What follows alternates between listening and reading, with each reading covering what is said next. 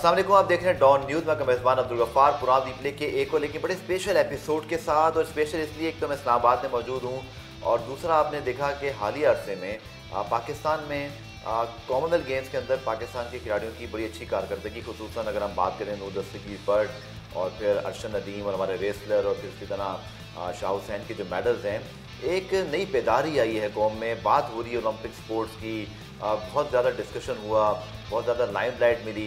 तो मुझे लगा कि ये बड़ा परफेक्ट टाइम है कि जैसा कहा जाता है कि मीडिया भी अपना रोल प्ले करे और गेम्स के दौरान भी आपको हमने तमाम अपडेट से आगाह किया, तमाम अपने हीरोज़ के इंटरव्यूज़ दिखाए। लेकिन अब एक नई जो है ना वो लहर ये है कि अब इसके बाद क्या हो सकता है और क्या इससे पहले भी कुछ बेहतर हो सकता था। ये वो सारे सवालात हैं जो आप सबके ध्यानों में, मेरे ध्यान में भी थे। और फैसला में मैंने ये किया कि हम उस शख्सियत का इंटरव्यू करते हैं जो कि पाकिस्तान में इस वक्त जो खेलों की एक निगरान इदारा है उसके ज़िम्मेदार हैं और खुद भी स्पोर्ट्समैन रहे हैं, एशियन जूनियर स्क्वाश चैम्पियन रहे हैं। फिर इसी तरह पाकिस्तान आर्मी सर्विसेज के साथ उनके जो है वो खेलों के डिपार्टमेंट से वाबस्ता रहे। और पाकिस्तान स्पोर्ट्स बोर्ड के हालिया जो डीजी हैं कर्नल रिटायर्ड आसिफ जमान साहब, जिस वक्त मैं उनके ऑफिस में इस्लामाबाद में मौजूद हूँ, उनको खुशामदीद करते हैं। अस्सलाम वालेकुम कर्नल साहब। वालेकुम अस्सलाम गफ्फार साहब, बहुत बहुत शुक्रिया। सर, यकीन तौर पर बड़े लोगों के ज़हनों में सवालात हैं, शिकवे शिकायतें भी हैं, कुछ जैसा हम बात कर रहे थे प्रोग्राम की रिकॉर्डिंग से पहले, कुछ चीज़ें आप भी आज क्लैरिफाई करना चाहते हैं।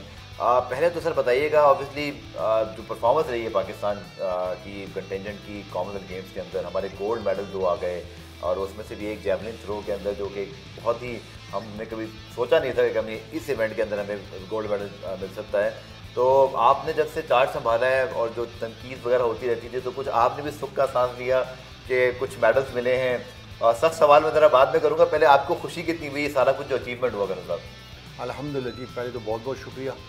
मैं इन सबको मुबारकबाद देता हूँ जो हमारे एथलीट्स हैं, अरशद नदीम, नूर दस्तगीर, इनाम बट और जितने भी हमारे रेसलर्स हैं और स्पेशली हुसैन शाह का जो है इन्होंने मेडल हासिल किया और पाकिस्तान का नाम रोशन किया। ये चीज़ें आसान नहीं थी, ये एक कंटिन्यूस एफर्ट इनकी इसमें रिक्वायर्ड है। तो मेरे लिए चैलेंज था क्योंकि मैंने ज्वाइन किया तो उस वक्त ओलंपिक्स ऑलमोस्ट तैयारियां ख़त्म हो चुकी थी। ओलंपिक्स में कोई मेडल हमारा नहीं आया, अरशद उसमें भी 5th पोजीशन में था। लेकिन ये एक चैलेंज को मैंने लिया और फिर मैंने शॉर्ट टर्म के भी एक प्लानिंग करके इनके ट्रेनिंग कैंप जो है वो मैंने लगाए और ये 5 फेजेस में ट्रेनिंग कैंप लगे। और उसमें हमने इनको इनकी डाइट को बेहतर किया, हमने इनकी डेली नॉस को बेहतर किया, फिर हमने जो है पाकिस्तान के अंदर कोचेज़ को मदऊ किया आफ्टर लॉन्ग टाइम। और ये एक हमारी एफर्ट थी, ना सिवाय कि हमारे इंटरनेशनल कोचेज़ पाकिस्तान में आए, बल्कि हमने इनको बाहर भी ट्रेनिंग के लिए भेजा। ठीक है कर्नल साहब, ये तो बड़ा आपने सही बताया। अब मुझे बताएं कि जो परसेप्शन है, जैसे खिलाड़ियों ने भी कुछ ने कहा कि भारत के जो एथलीट्स हैं उनको बड़ी ट्रेनिंग की फैसिलिटीज़ या पैसा मिलता है, हमें उतना नहीं मिला, या जैसे ये कहा गया कि कोचेज़ जैसे अरशद नदीम के पास कोच नहीं थे। मैं बारी बारी जो ये सवाल करूँगा ताकि जो आपको पूरा मौका मिले कि आपका पॉइंट ऑफ व्यू क्या है और लोग जो क्रिटिसिज्म कर रहे हैं उसकी क्या कोई बेस है या कोई मिसकम्युनिकेशन है। ये बताइएगा सर कि हमारे जो कैंप्स हैं फॉर कॉमनवेल्थ गेम, ये कब लगे, किस खिलाड़ी को कितना ट्रेनिंग का मौका मिला, जो आपने डेली अलाउंस बढ़ाए तो वो कितने बढ़ा दिए, और क्या आप समझते हैं कि वो काफ़ी हैं या आप खुद भी उसमें इम्प्रूवमेंट लाना चाहेंगे? कि देखें, कोई ट्रेनिंग कैंप्स कोई नई चीज़ नहीं है क्योंकि मैं खुद ट्रेनिंग कैंप अटेंड कर चुका हूँ बीइंग एशियन चैम्पियन 83 के अंदर। तो ये मुझे उन तमाम प्रॉब्लम्स का मुझे मालूम है कि एथलीट्स की क्या रिक्वायरमेंट है। तो क्योंकि कोविड की सिचुएशन थी तो 2 साल कोविड की वजह से जो है वो कोई भी ट्रेनिंग कैंप नहीं थे। तो हमने फिर एक बड़ी मेहनत के साथ जो इनिशियल इंस्ट्रक्शन थी कि जी आप नॉन कॉन्टैक्ट गेम जो है उनके ट्रेनिंग कैंप लगाएं, और फिर बाद में जो हमारे मेडल जिसमें चांसेस ज़्यादा हैं वो कॉन्टैक्ट गेम थी, तो हमने फिर उनको सेकंड फेज़ में उनके ट्रेनिंग कैंप शुरू कर दिए। तो ये ऑलमोस्ट आप समझेंगे कि हमने लास्ट ईयर से ट्रेनिंग कैंप स्टार्ट किए थे और उसमें ये अब फाइनल कलिब्रेशन के ऊपर हमारे तकरीबन कोई 12 ट्रेनिंग कैंप जो है लगे हुए थे, जिसमें हमारी जो main games athletic, judo, wrestling, आपकी जो है मेन एथलेटिक्स और स्पेशली स्क्वाश और वॉलीबॉल के ट्रेनिंग कैंप जो है हमारे यहाँ पर कंटिन्यूज़ रहे इस्लामाबाद में, लाहौर में। तो ये आप देखेंगे कि उसके भी एक थोड़े से समरात हैं जो हमारे अच्छे रिजल्ट आए। स्पोर्ट्स बोर्ड जो इस्लामाबाद में है, इसका थोड़ा सा हम आपको थोड़ी उसकी सैर भी कराएंगे, आपको दिखाएंगे। लेकिन डी साहब, जैसे लाहौर में जो फैसिलिटी है वहाँ पे मीडिया ने जो कवर किया, जो मुझे पता चला वो ये है कि जैसे सख्त गर्मी में कभी एसी काम नहीं कर रहे हैं, कभी बारिश हुई तो पानी टपक पड़ा, तो ये सर चीज़ें ठीक होने वाली हैं। आप तो ज़्यादा अरसा नहीं हुआ, साल हुआ है, ये जो कंस्ट्रक्शन वगैरह है ये थोड़ा टाइम लगता है, लेकिन आप समझते हैं इस पर बहुत तवज्जो देनी चाहिए ताकि हमारा जो एथलीट है, जो हमारे लिए दुनिया में जाके दुनिया के बेस्ट एथलीट से कम्पीट कर रहे हैं, सर उसको फैसिलिटीज़ तो मिलें। इन हालात में भी अगर वो जीत कर आ गए हैं तो ये तो उनकी बहुत बड़ी परफॉर्मेंस है, लेकिन आप समझते हैं कि फैसिलिटीज़ और बेहतर होनी चाहिए, क्योंकि इस तरह की खबरें अगर आएंगी तो वो ऐसे लगता है जैसे पाकिस्तान में खेलों के लिए कुछ भी नहीं हो रहा। जी देखिए, इसमें कोई शक नहीं है, क्योंकि मैंने दुनिया की वो बेस्ट फैसिलिटीज़ देखी हुई हैं, जो मैंने अभी रिसेंटली कॉमनवेल्थ में भी किया हूँ। जितनी भी मॉडर्न कंट्रीज़ हैं उनकी फैसिलिटीज़ बहुत अपग्रेड और बहुत अच्छी है। ये हमारी नीड है। अगर मैं ये देखूँ कि मुझे 1 साल में आने के बाद तो मेरे चैलेंजेस सिर्फ ना कि स्पोर्ट्स की ट्रेनिंग बल्कि स्पोर्ट्स की फैसिलिटीज़ को अपग्रेड भी करना था, क्योंकि हमने सैफ गेम्स करानी थी तो मेरी लाहौर में भी जो है हमारा सेंटर अपग्रेड हो रहा था। फिर हमारा इस्लामाबाद पूरा स्पोर्ट्स कॉम्प्लेक्स जो है वो अपग्रेड हो रहा है, मैं आपको भी इसका मैं विज़िट भी कराऊंगा। तो ये सिर्फ चैलेंजेस मेरे लिए ना कि आपकी अपग्रेडेशन उनको भी देखूं और साथ साथ जो जितने भी आपके ट्रेनिंग मैटर्स हैं, ऑपरेशनल मैटर्स हैं, तो मैं उनको भी मैं पूरा फुल उनको फोकस किया हुआ था। लेकिन ये उनकी नीड है और हम उनको बेस्ट जो है फैसिलिटीज़ जो प्रोवाइड कर सकते हैं वो हम उनको प्रोवाइड कर रहे हैं। सर आपने कहा कि कैंप लगे थे, लेकिन हमने देखा कि जैसे अरशद नदीम जो है ना वो अपने कोच के बगैर खेले।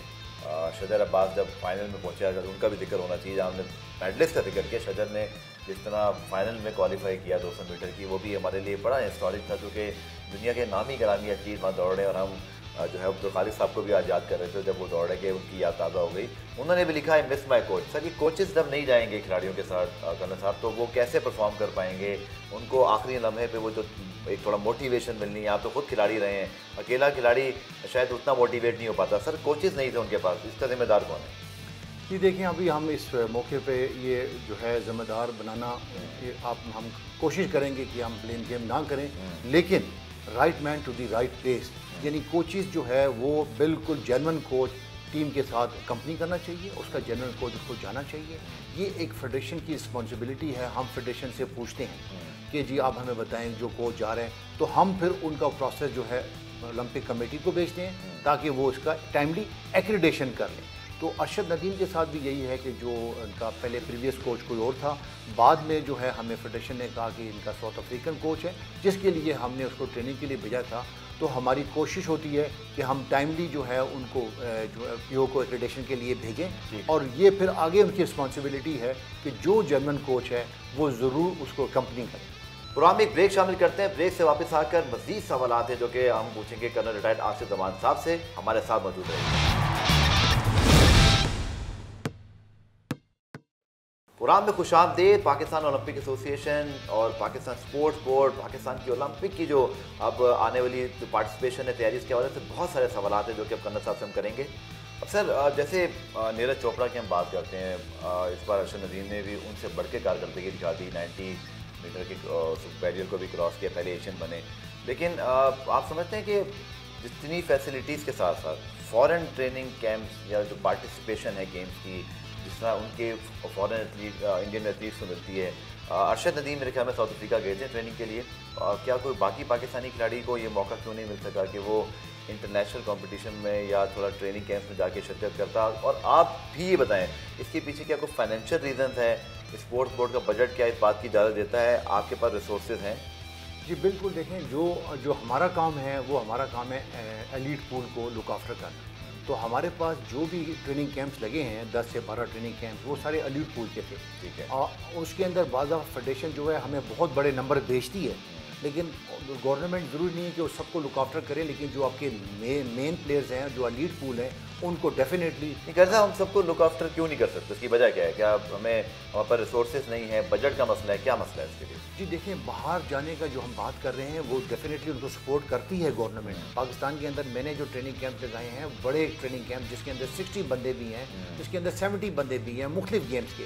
लेकिन जब आप बाहर की पार्टिसिपेशन की बात करेंगे तो उसके अंदर वो जिसमें पोटेंशियल है, जैसे अरशद नदीम अगर बाहर जा रहा है तो उसका जो सेकंड जो एथलीट है हमने उसको भी बाहर भेजा ताकि वो उसकी अंडर ट्रेनिंग रहे। लेकिन ये पॉसिबल नहीं होगा कि आप वहाँ पर जो है ना वो 10 से 15 बंदे या इससे ज़्यादा बंदे भेजें, तो आप जो पोटेंशियल प्लेयर्स हैं उनको बाहर फोकस करके बाहर भेजेंगे। ये हमारी बेसिकली गवर्नमेंट की पॉलिसी भी यही है कि आपने जो भी पार्टिसिपेशन हो रही है कॉमनवेल्थ गेम्स में या इस्लामिक फेडरेशन में, हमने उन्हीं लोगों को सपोर्ट किया है जिनके अंदर पोटेंशियल है। सर आपने बात की लीड की, और मैं इस पर बात करूँगा। आज आपसे बात हो रही थी कि आपने अब एक लीड जो हमारा एथलीट्स हैं उनको उनके लिए प्रोग्राम भी बनाया, लेकिन सर जो मसला है जो अब हमें देखना पड़ेगा वो ये है कि वो ओलंपिक स्पोर्ट जैसे आर्चरी है या इसी तरह बहुत सारे और हमारे स्पोर्ट्स हैं जहां हम बिल्कुल एक्सरसाइज नहीं करते, सर उसके लिए क्या प्लान बनाया जा सकता है? क्योंकि हर फेडरेशन तगड़ा काम नहीं कर रही, ये बात भी है। यानी कि हम स्पोर्ट्स बोर्ड पे सारा ब्लेम डालें, फेडरेशन भी हर फेडरेशन अच्छा काम नहीं कर रही। बतौर डीजी स्पोर्ट्स बोर्ड क्या सर आप समझते हैं कि ऐसा किया जाए कि वो खेल चलें? अरशद नदीम और तलहा तो आ गए, माहूर भी हमें नज़र आ गई, हमें शजर भी नज़र आ गए, बट वो बच्चे जो भी छुपे हुए हैं और उन खेलों में जहाँ मज़ीद ओलंपिक मेडल का स्कोप मौजूद है, 24 साल हो गए मेडल नहीं जीता हमने, सर उसके लिए फिर कौन रिस्पॉन्सिबिलिटी लेगा? गवर्नमेंट नहीं लेगी, फेडरेशन तगड़ी नहीं है, फिर इसका सोल्यूशन क्या है? जी देखिए, बड़ा आसान है, ये कोई ऐसी डिफ़िकल्ट बात नहीं है। अगर मैं आपको बड़ा ब्रीफली बता दूं कि जो मैकेनिज़्म है जब से ये स्पोर्ट इवॉल्व हुई है, अब आपकी स्पोर्ट्स ग्रास रूट लेवल के ऊपर ये आपकी प्रोविंशियल को चली गई है। उनका बजट हमसे बहुत बड़ा है, 10 टाइम बजट उनका प्रोविंशियल। बल्कि अच्छा आपने वर्ड यूज़ किया बजट का। आज बता ही दीजिए कौम को सर, आपको सामने मौका मौजूद है, पाकिस्तान स्पोर्ट्स बोर्ड की सालाना जो ग्रांट है गवर्नमेंट से कितनी है? देखिए, हमारी जो आप जिसे कहते हैं जो स्पोर्ट्स डेवलपमेंट पे खर्चा होता है वो 1 बिलियन है। तो मेरा ख्याल ये है कि वो तो इट इज़ वेरी निगर कि दुनिया में जहाँ डेवलप स्पोर्ट्स जितनी भी डेवलप कंट्रीज़ हैं उनके बजट बहुत ज़्यादा हैं।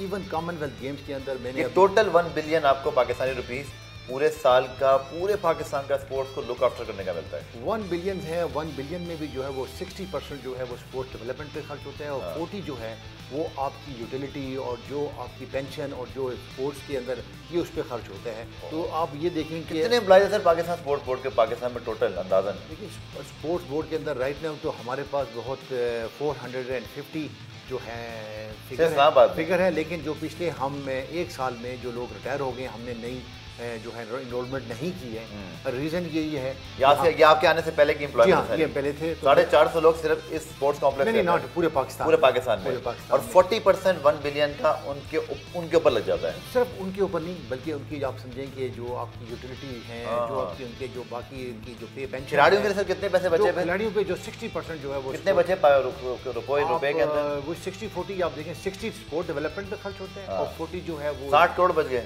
आपसे 60 करोड़ 1 अरब में से 1 बिलियन। तो अब उसमें भी जो है ये आपकी इसमें जितनी भी ट्रेनिंग कैंप्स हैं जो इनकी जो आपकी सर ये कम नहीं होना चाहिए कॉस्ट? बहुत ज़्यादा एम्प्लॉइज़ हैं। देखिए, मैंने तो उनको ये कहा है, जो एम्प्लॉइज़ की आप बात करें, देखिए एम्प्लॉइज़ तो हमें ज़्यादा और भी स्किल्ड लोग चाहिए। जो नहीं, एम्प्लॉइज़ से मुराद मेरी ये है कानून साहब के जो कोचेज़ हैं जो एथलीट्स के मावनत कर रहे हों, वो 400 तो सर आंखों पर, लेकिन एडमिनिस्ट्रेशन के लिहाज से वो जो स्टाफ है स्पोर्ट्स बोर्ड का अपना जिसका खेलों से बराह रास्त ताल्लुक नहीं है, ठीक है वो खिलाड़ियों की लुक आफ्टर कहीं ना कहीं कर रहे होते हैं किसी कैपेसिटी में, but still do you think कि 40% वहाँ चले जाना खिलाड़ियों के साथ ज्यादती नहीं है? ये बहुत कम है जब आप उसको अगर सर एक्चुअल फिगर में देखें, लेकिन मैं ये कह रहा हूँ कि जो बजट है ये बहुत मीगर है। ओके, तो हमारी कितना होना चाहिए सर अंदाजा गवर्नमेंट से? आप क्या मुतालबा कर सकते हैं? मैं तो ये मुतालबा करूँगा कि अगर 1 बिलियन से तो हमें इसका 10 टाइम जो है ना ज़्यादा होना चाहिए। जैसे कैसे आपने प्रोविंसेस को दिया है, एटलीस्ट ये बजट जो है प्रोविंसेस से ज़्यादा हमारा भी होना चाहिए। तो जब प्रोविंसेस की इत्तला है आपके पास? वैसे मेरी कोशिश होगी इंशाल्लाह, आप लोगों से प्रॉमिस कर रहा हूँ, आपसे भी कि हमारे जो स्पोर्ट्स मिनिस्टर्स हैं मैं इनके पास भी जाऊँगा इस प्रोग्राम के पास, क्योंकि 18वीं तरमीम के बाद अब वो ये क्या है कि सूबों के पास चले गए इख्तियारात खेलों के, और अब वफाक जो है ना वो ओवरऑल चीज़ों को मैनेज नहीं करता। सर इस सिस्टम का क्या फ़ायदा हुआ है, नुकसान? के 18वीं तरमीम के बाद अब ये आइनी मामला है और एक सियासी मसला है, मैं इस पर बहुत बात नहीं करूँगा, मेरा सब्जेक्ट नहीं है, बट मैं खेलों के हवाले से अगर सोचूँ कि पहले ये होता था कि अगर खेल में मसला है वफाकी वज़ीर को फ़ोन करेंगे कि ये क्या हो गया आप इसका जवाब दें। अब सूबों के अलग मसाइल हैं, सूबों को जवाब दें हैं, और कई जगह पर तो शायद सिंध में या पेशावर में कोई फैसिलिटी ठीक नहीं है, तो उसके लिए आपको तो फ़ोन नहीं कर सकते क्योंकि आप वो सूबाई गवर्नमेंट के पास इख्तियार चले गए। इस पूरी जो मैकेनिज़्म है ये हमारी खेलों के लिए बेहतर है सर?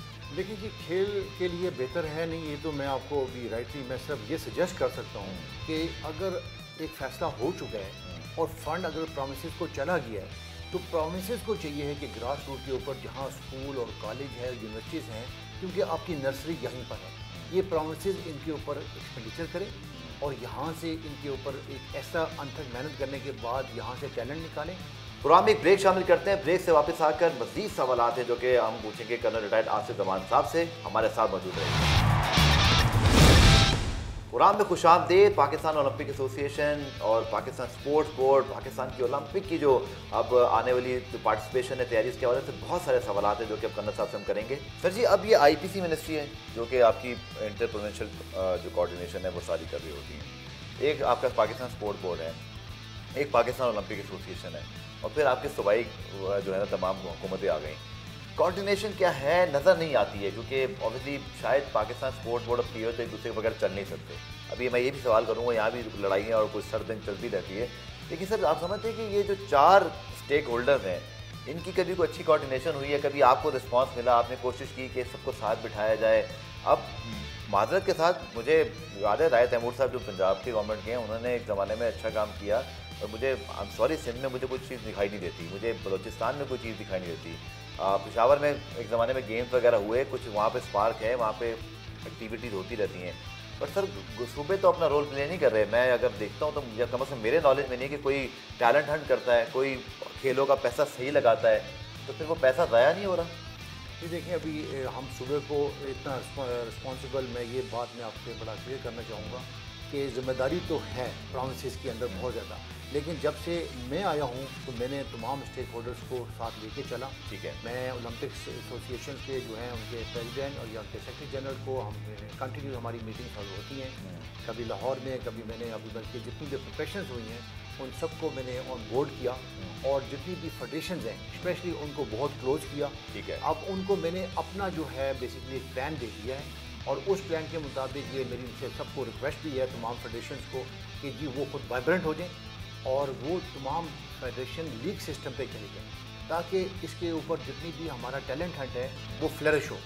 यही एक तरीक़ाकार है जिसके अंदर तमाम एसोसिएशन और प्रोविंशियल गवर्नमेंट ग्रास रूट के ऊपर अपने बच्चों को ऊपर लेके आएँ, और फेडरेशन जो है उसमें से टैलेंट हंट को हमारे पास लेके आएँ। और ये इंशाअल्लाह ताला इम्पॉसिबल नहीं है। I am very much determined, क्योंकि मैंने तमाम स्टेक होल्डर्स को एक अच्छी कोऑर्डिनेशन के साथ ऑन बोर्ड कर दिया है, और इसी का नतीजा है कि जो आपको ये एक झलक नज़र आई है, ये हमारे मेडल आए, और इंशाअल्लाह ताला आप फ्यूचर में भी देखेंगे ये और भी करीब आएंगे और हमारे रिज़ल्ट इससे बेहतर होंगे, क्योंकि मैं अब नेक्स्ट लॉन्ग टर्म प्लानिंग के हिसाब से मैंने प्लान बना लिया है। जी। उनके लिए continuous training camp Pakistan sport board में भी होंगे, और इनके अलावा इनकी नेशनल ट्रेनिंग जो है वो भी हम उनको भेजेंगे, और हम नेशनल इंटरनेशनल कोचेज़ को भी लेके आएंगे पाकिस्तान में। लेकिन मेरी फिर वंस अगेन रिक्वेस्ट है कि जितनी फेडरेशंस हैं वो वाइब्रेंट हो जाएँ। चंद एक फेडरेशन बहुत अच्छा अपना रोल अदा कर रही हैं, वो भी इस सिस्टम पे आने लगे हैं कि जैसे हमारी नेशनल गेम्स हैं हॉकी और स्क्वॉश, अब ये वो गेम्स हैं जिसके अंदर हमारे जो है ना हमारे लीजेंड थे, तो मैं चाहता हूँ कि उसका रिवाइवल हो, और उस रिवाइवल के लिए we definitely we need funds, और बगैर फंड्स के जो है ना वो चीज़ें फंड्स का रोना तो फेडरेशन भी रोती हैं। वो कहते हैं जी हमें जो सालाना ग्रांट मिलती है। अब ये और बात है कि मैं सिर्फ ये बात नहीं करूँगा, कम से कम मैं रिसर्च करता हूँ, अपनी पढ़ता हूँ कि शायद ये हर गवर्नमेंट की जिम्मेदारी भी नहीं होती कि वो सारे पैसे दे तभी आप चलाएं। आपको जैसे हॉकी को अपना मार्केटिंग करनी चाहिए, अपनी प्रोडक्ट डेवलपमेंट करनी चाहिए, पाकिस्तान क्रिकेट बोर्ड की तरह जो अपना कोई गवर्नमेंट से स्पोर्ट बोर्ड से 1 रुपया नहीं लेते और वो सिर्फ अपना बेहतरीन तरीके से काम कर रहे हैं। लेकिन सर फेडरेशन जो है ना उनका रोना ये है, वो कहते हैं कि हमें बहुत कम बजट मिलता है, हमारी ग्रांट बहुत कम है। आप अलग कह रहे हैं कि मेरी ग्रांट पीछे से बहुत कम है, तो फिर लगता है अल्टीमेटली बात तो गवर्नमेंट तक जाएगी।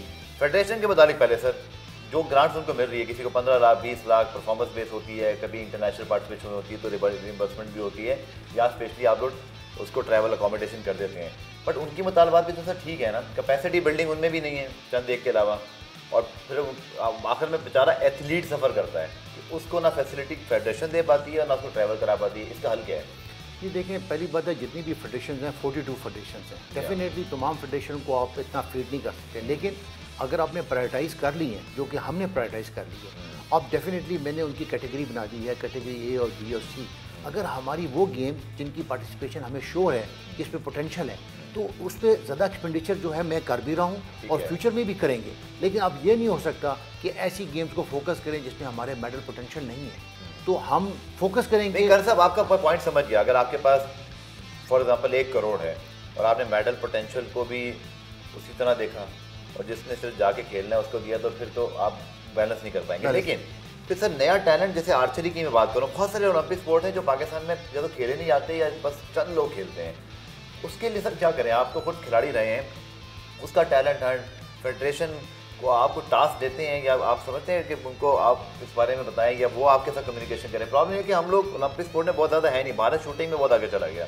इसी तरह आप देखें आर्चरी में, जूडो के अंदर, एथलेटिक्स के अंदर तो इतने सारे इवेंट्स होते हैं, अगर आप प्रॉपर टीम एक तैयार कर लें तो आपके 7-8 गोल्ड मेडल तो वहाँ से भी आ सकते हैं।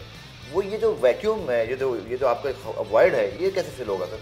ये देखें, चाहे आर्चरी है, फेंसिंग है, या फिर ऐसी गेम्स हैं जिनका फॉर एग्जांपल ये वो एक कमरे में खेली जा रही है पाकिस्तान में, मुझे पता है, लेकिन ज़्यादा नहीं खेली जा रही। अब मैंने कोयटा में गया हूँ, वहाँ पे सेंटर में फेंसिंग, वहाँ कोयटा में बहुत पॉपुलर चल रही है फेंसिंग, लेकिन पाकिस्तान में इतनी पॉपुलर नहीं है। लेकिन ग्रास रूट के ऊपर अगर प्रोविंशियल गवर्नमेंट उनको सपोर्ट कर रही है, दैट इज़ गुड। और फिर उसकी अगर वो ब्रांडिंग और मार्केटिंग कर रहे हैं, वो जा रहे हैं, तो दैट इज़ गुड। लेकिन अब हमने फॉर एग्जांपल कोई ऐसा टॉप एथलीट है, फॉर एग्जांपल इक्वेस्टेरियन जो है, आप देखें it's very expensive game, horses बड़े महंगे हैं, लेकिन अगर उस्मान जो है अगर वहाँ जाके स्टेडियम में क्वालिफाई कर लेता है तो डेफिनेटली गवर्नमेंट फिर उसको स्पॉन्सर करेगी। तो कुछ ऐसे सर उनको स्पॉन्सरशिप लास्ट टाइम वो उनका बेचारे के साथ बड़ा ट्रेजेडी हुई, मेरी उनसे रब्ता भी रहा, और फिर उन्होंने अभी दोबारा आई थिंक क्वालिफाई शायद कर ली है, जो मुझे एशियन के लिए क्वालिफाई के लिए। तो आपने उनको उस पर सपोर्ट, मुझे पता चला कि इतनी उनको सपोर्ट मिली ही नहीं, जो वो घोड़ा खरीदने जाते थे, करोड़ों रुपए का खर्चा है, तो ये फिर क्या होता था? असल में इनिशियली जो है उनको हमारे चीफ ऑफ आर्मी स्टाफ ने जो है फंडिंग की, और थ्रू इक्वेस्टेरियन, और वो उनको फंडिंग गई, क्योंकि बाहर पैसा भेजना चैलेंजेस है, डिफ़िकल्ट है, बट अगेन कोई भी पैसा डायरेक्ट नहीं जा सकता, it has to be through federation. तो इक्वेस्टेरियन फेडरेशन को मैंने ऑन बोर्ड किया है, लेकिन उसमें यह था कि जी जो भी हॉर्स की अगर डेथ होती है तो वो इंश्योर होना चाहिए। अगर उसकी इंश्योरेंस नहीं है और वो घोड़े की डेथ हो जाती है तो वो भी लायबिलिटी जो है, हमने उनसे क्वेश्चन किया हुआ है कि आपने इतना एक दफ़ा नहीं, उनके 2 घोड़े की डेथ हो गई तो उनकी इंश्योरेंस क्यों नहीं हुई? लेकिन अगर वो नेक्स्ट एशियन चैम्पियनशिप में जाएगा तो government is going to support. हमारे जो भी टॉप एथलीट हैं, चाहे वो करोड़ों पे देने पड़े, देखिए वो जरी बात है, हमारे एलीट पूल में आ गया, मैंने उसको एलीट पूल में शामिल किया। तो मेरी कोशिश है बीइंग स्पोर्ट्समैन, जो भी एलीट है, और मेरी तमाम पेरेंट्स को रिक्वेस्ट है, कोई बच्चा जिसके अंदर टैलेंट है, अगर फेडरेशन उसको लुक आफ्टर नहीं कर रही है, वो मेरे पास आ जाए। आई एम श्योर, मैं प्रॉमिस करता हूँ आप इस्लामाबाद में अपने ऑफिस में सबसे मिलने के लिए तैयार हैं? मैं तैयार हूँ, और बल्कि ऐसा टैलेंट जिसको मैं समझते हैं, मेरे पास ऐसे बच्चे भी आए हैं कि जी पेशावर से एक बच्ची आ गई है तमीम, कि जी मैं जो है इसमें एथलेटिक्स में बड़ी अच्छी हूँ, या फिर एक कराची से एक बच्ची आई है। लेकिन हमारे लिए इशू ये है कि फिर मैं जो है फेडरेशन के पूछता हूँ कि ये बच्चों के ट्रायल्स हुए, मेरिट के ऊपर हुए, सिलेक्शन का क्राइटेरिया ठीक है, तो हम उन बच्चों की पार्टिसिपेशन करते हैं। हमारे पास बहुत पोटेंशियल है, हमारे 70% यूथ है। अब मेरी दोबारा इनसे गुजारिश है कि पेरेंट्स भी उनको पूरा सपोर्ट करें और हम स्पोर्ट्स लविंग कंट्री बन जाए।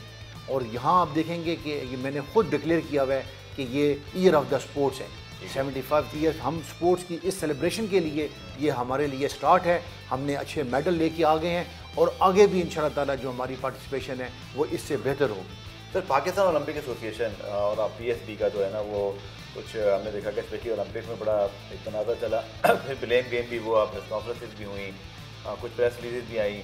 आरिफ हसन साहब जो है वो 12 साल से दायरे में ख्याल में उनको हो गए, वो मौजूद हैं।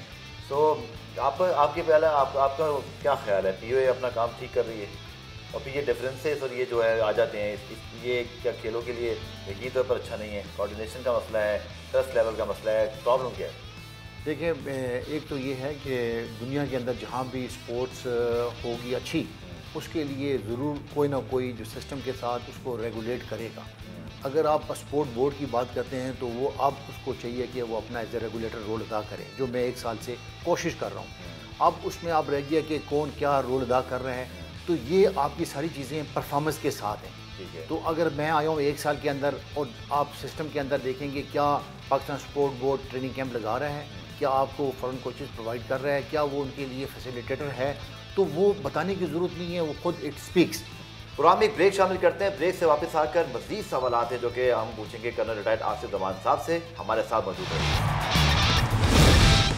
प्रोग्राम में खुशामदीद। पाकिस्तान ओलंपिक एसोसिएशन और पाकिस्तान स्पोर्ट्स बोर्ड, पाकिस्तान की ओलंपिक की जो अब आने वाली जो पार्टिसिपेशन है, तैयारी, इसके हवाले से बहुत सारे सवाल हैं जो कि अब कर्नल साहब से हम करेंगे। अच्छा आसिफ साहब, जो इम्पोर्टेंट चीज़ है वो ये है कि पाकिस्तान में बावजूद इसके कि अब ये PSB को बहुत बेहतर होना है, हमें फंड्स बहुत ज़्यादा मिलने चाहिए, POA को भी बेहतर होना है और कोऑर्डिनेशन, और अच्छी बात यह है कि हम 8 मेडल जीतने में कामयाब हुए। कौम खुश है कि हमें 2 मेडल जो है वो गोल्ड में मिल गए, 3 ब्रॉन्ज मिल गए, 3 सिल्वर, और फिर पहलवानी के अलावा भी मिले, हमें रेसलिंग के अलावा भी मिले, हमें शजर भी आज आगे जाते हुए दिखाई दिए, हमें माहौर ने भी 3 मैचेस जीत के बताया कि उनका टैलेंट मौजूद है।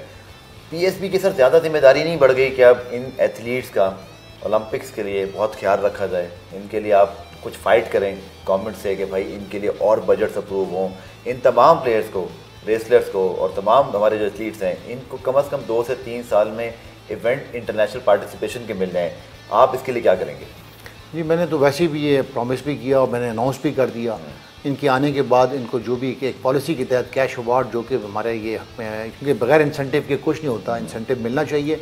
इसके बाद इनके इमीडिएटली जो है वो ट्रेनिंग कैंप जो है पूरा सिलसिला जारी रहेगा, क्योंकि नेक्स्ट जो है हमारी गेम्स हैं वो एशियन गेम्स हैं और पाकिस्तान में साउथ एशियन गेम्स हैं, तो training camp is very must. तो मेरी कोशिश होगी कि इनको पाकिस्तान के अंदर भी और जो भी फॉरेन ट्रेनिंग जो उनको प्रोवाइड करनी होगी वो हम इंशाल्लाह ताला लाएअमल उसका मैंने बना लिया है। हम उनकी फेडरेशन को भी बुलाएंगे और हम इनको फुल सपोर्ट करेंगे इंशाल्लाह। इंटरनेशनल पार्टिसिपेशन सर होगी, वरना फिर ऐसा ना हो ओलंपिक्स में जाके आपके ही खिलाफ आपके खिलाड़ी बोल रहे हो जी हमें तो इवेंट नहीं मिले थे, हम तो ज़्यादा बाहर खेल नहीं सके।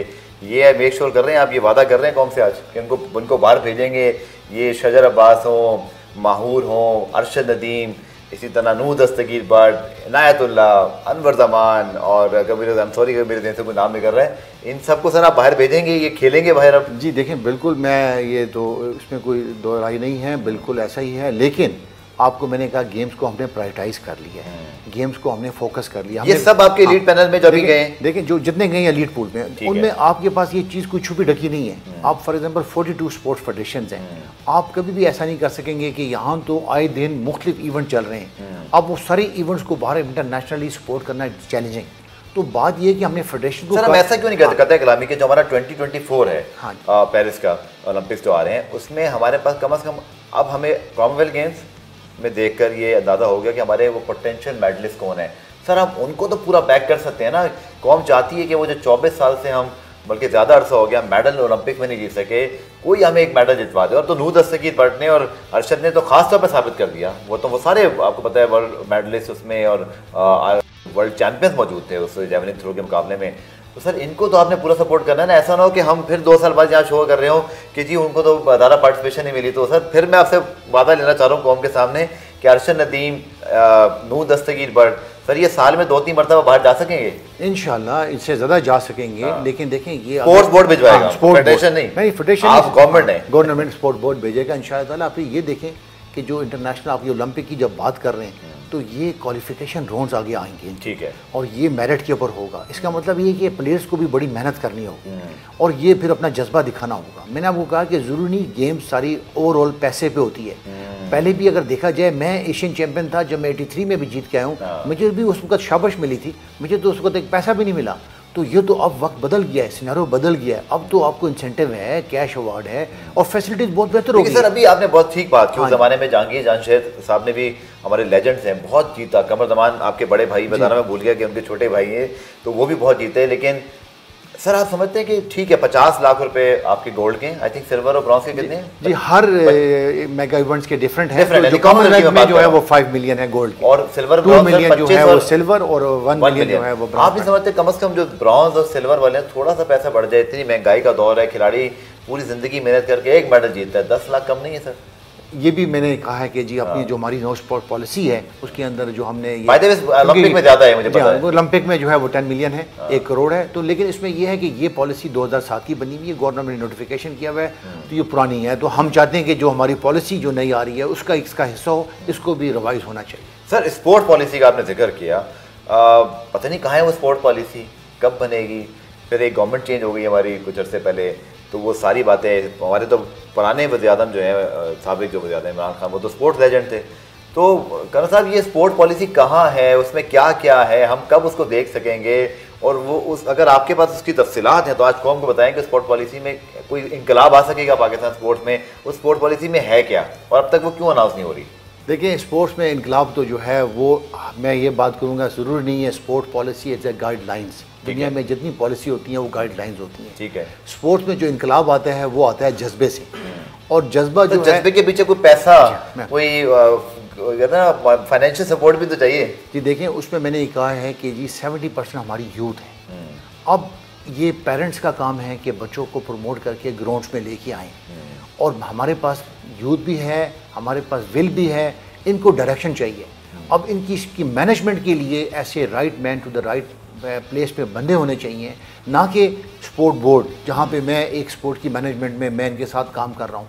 ये मैं रिक्वेस्ट करता हूँ कि प्रोविंसेस के अंदर भी जो है यहाँ पे भी गुड मैन होने चाहिए, एक स्पोर्ट्स की प्रॉपर रेगुलेटर टाइप के लोग होने चाहिए, क्योंकि नर्सरी सारी आपकी प्रोविंसेस के अंदर है, आपकी स्कूल कॉलेज के अंदर बच्चे हैं। अब ये पॉलिसी जो जिसकी आप बात कर रहे हैं वो पॉलिसी थी जहाँ पे गेम्स कंपलसरी होती थी, बच्चे खेल रहे होते थे, वहाँ से टैलेंट हंट आता था। आपकी नर्सरी रुक गई है, आपके स्कूल में दोबारा उसका रिवाइवल होना चाहिए।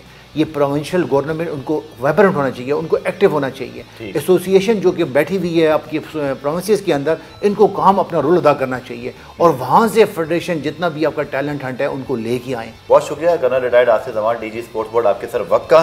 और बड़ा अच्छा वक्त था चूँकि पाकिस्तान ने मेडल्स जीतना शुरू किए। ये बड़ा अच्छा वक्त है कि हम भी अब ओलंपिक स्पोर्ट्स को, और मुझे लगता है कि तमाम जितने हमारे इनसे मुताल्लिका स्टेक होल्डर जिनमें डीजी सब खुद भी हैं, और फिर अब कोशिश करेंगे सूबाई वज़ीर जो खेल हैं तमाम सूबों के, उनसे भी बात करें और हम अपना सवाल जवाब उठाएंगे, मसले को टीवी पर मीडिया पर लाएंगे। तो मुझे लगता है कि शायद कोई इसकी हल की जानिब भी जो है वो चीज़ें गामदन हो जाएँ। अगेन मैं कहूँगा कि इन 8 मेडल्स ने हमें ये बता दिया है कि अगर इन मौजूदा सहूलियात के होते हुए, और इसमें बहुत इंप्रूवमेंट होनी है, अगर हमारे एथलीट इतना अच्छा परफॉर्म कर सकते हैं, तो सोचिए कि जैसे कर्नल साहब ने भी कहा कि अगर हमारी स्पोर्ट्स ग्रांट बढ़ा दी जाए 10 गुना या 5 गुना, और ये सही वक्त है कि हम बढ़ाएं ताकि डीजी साहब और उनकी टीम भी मोटिवेट हो, खिलाड़ियों को पता हो उनके अब 2 टूर नहीं 4 होंगे, 1 करोड़ नहीं 2 करोड़ मिलेंगे, तो मेहनत ज़्यादा होगी, लगन ज़्यादा होगी, और शायद नताइज भी डबल हो जाएंगे। आप सबका बहुत शुक्रिया। खुदा हाफ़िज़।